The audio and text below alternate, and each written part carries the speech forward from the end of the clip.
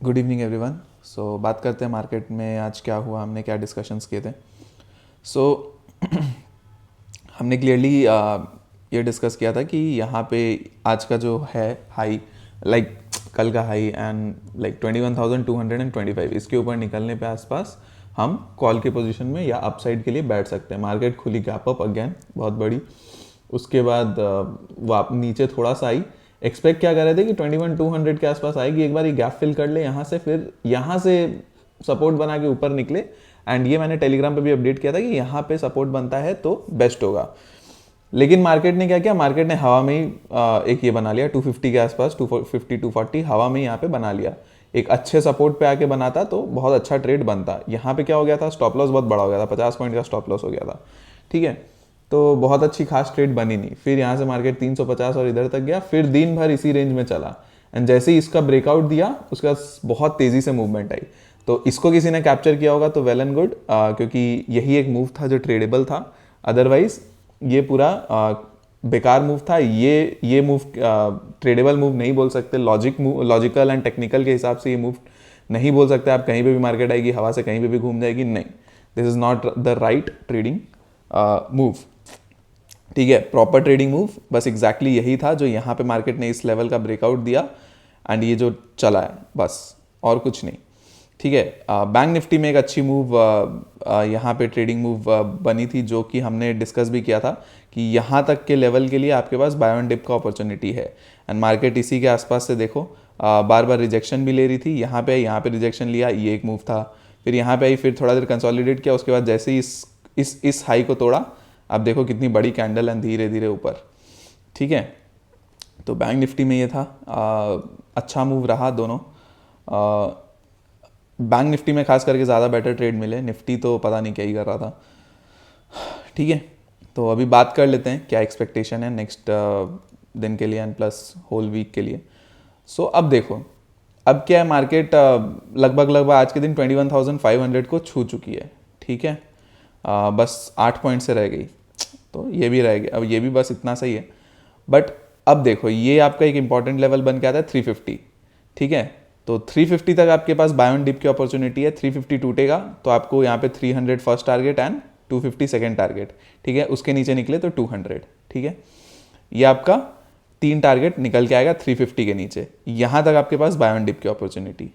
ठीक है, क्योंकि यहाँ पे देखो कोई सपोर्ट नहीं है, आपके पास कोई रेजिस्टेंस नहीं है, तो आपके लिए बेस्ट क्या रहेगा कि मार्केट गैप डाउन खुल जाए। ठीक है, 350 के आसपास, यहाँ पे थोड़ा सा, यहाँ पे ऊपर नीचे जो करना है करे, कंसोलिडेट करे। उसके बाद अगर 350 को तोड़ता है तो आपको 300 एंड 250 तक का मूव मिल सकता है, या फिर इस कंसोलिडेशन के बाद अपसाइड तोड़ता है तो अगेन आप 500 तक आ सकते हो। ठीक है, तो बेस्ट ट्रेड आपके लिए ये बनेगा कि मार्केट गैप डाउन खुल के कंसोलिडेशन में आ जाए।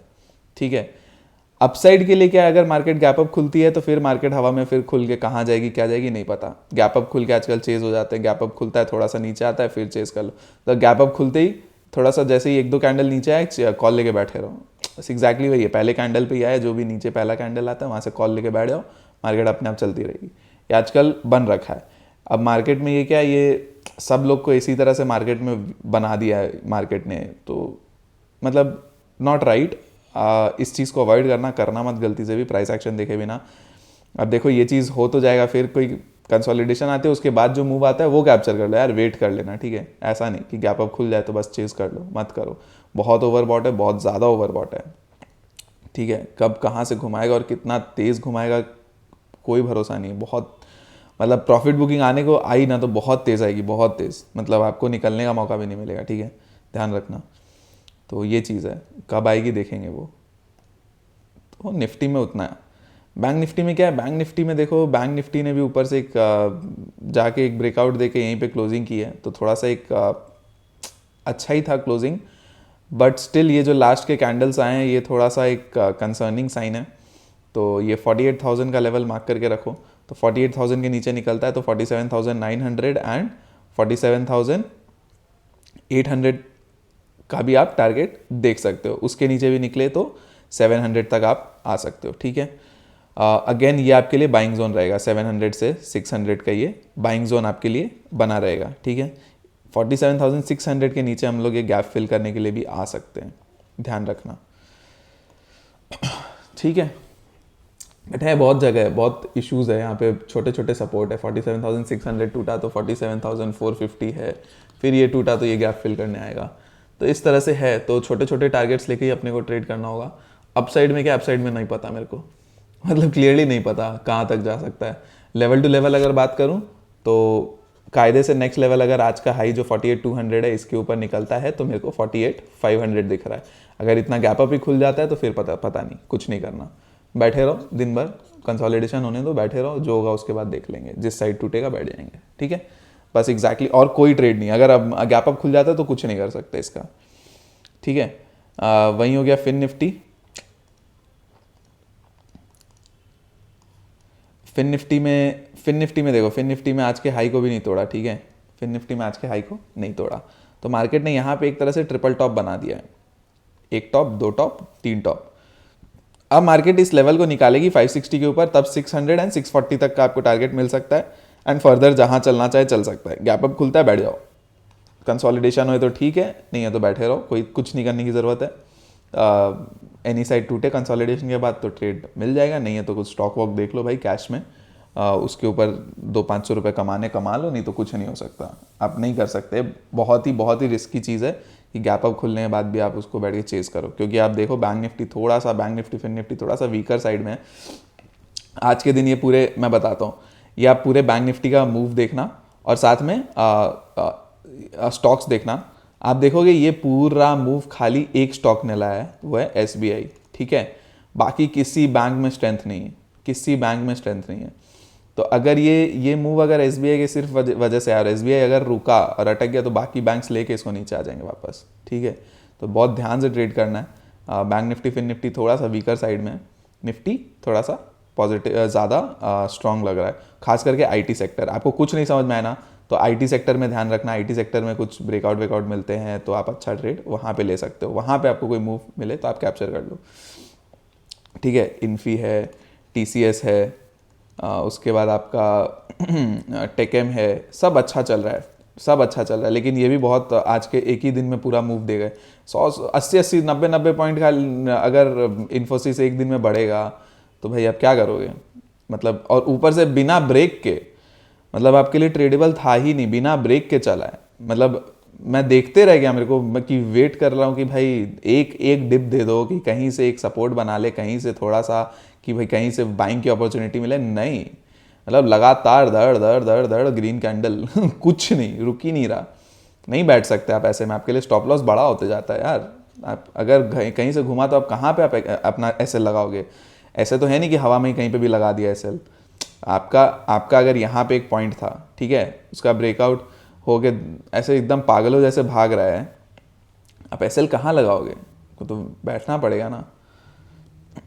ठीक है, तो वही चीज़ है, पहले तो गैप अप खुल गया, आपको वहीं पे पहले ही ट्रेड आधा खत्म हो जाता है। आपका पहले ही 20 पॉइंट गैप अप खुला तो 20 पॉइंट का तो आपका SL पहले ही यहाँ पे बन गया, उसके बाद भी वो चले जा रहा है, अब कहाँ SL लगाओगे? नहीं लगा सकते, बहुत टफ होता है।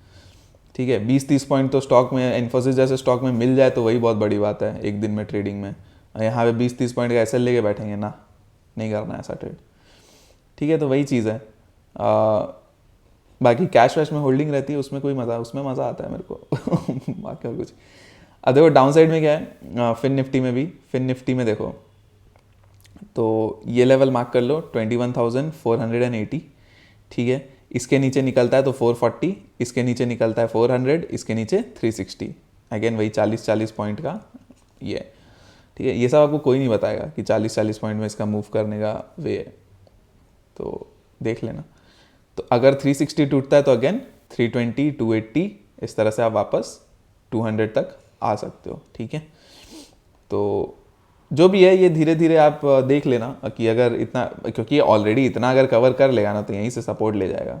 बुलिश मार्केट में आपको बाय ऑन डिप की अपॉर्चुनिटी में ज़्यादा ध्यान रखना होता है। ठीक है, अगर आप ये नहीं भी प्ले कर पाए तो आपको ये प्ले करने के लिए ईजी होगा कि आपको पता है आपका SL तो 10-20 पॉइंट का आपको यहाँ पे मिल गया, तो आपका 20 पॉइंट का SL है, अगर ये टूटा तो इसके नीचे तो आपको बैठना ही है पुट में, राइट? तो वही कहानी है बस। तो इतना ही आज के लिए, बाकी अपसाइड का आपको बताई दिया, डाउन साइड का आपको बताई दिया है। ठीक है, तो बाकी हम लोग डिस्कशन मंडे को कर लेंगे, जो भी रहता है मार्केट के अंदर, कुछ अलग लगेगा मैं टेलीग्राम पे अपडेट कर दूंगा। ठीक है, लिंक डिस्क्रिप्शन में है नीचे, आप उसको ज्वाइन करके चल सकते हो। बाकी हम लोग मंडे को बात करेंगे, ठीक है। पसंद आया तो चैनल को सब्सक्राइब करिएगा, लाइक करिएगा एंड शेयर करके चल सकते हो चैनल को एंड वीडियो को लाइक कर देना, ठीक है, इंपॉर्टेंट है। एंड कमेंट कर दिया करो यार, कुछ ऐसे जानना पूछना होता है कमेंट कर दो, कोई दिक्कत नहीं है, ठीक है। चलिए bye bye, thank you so much.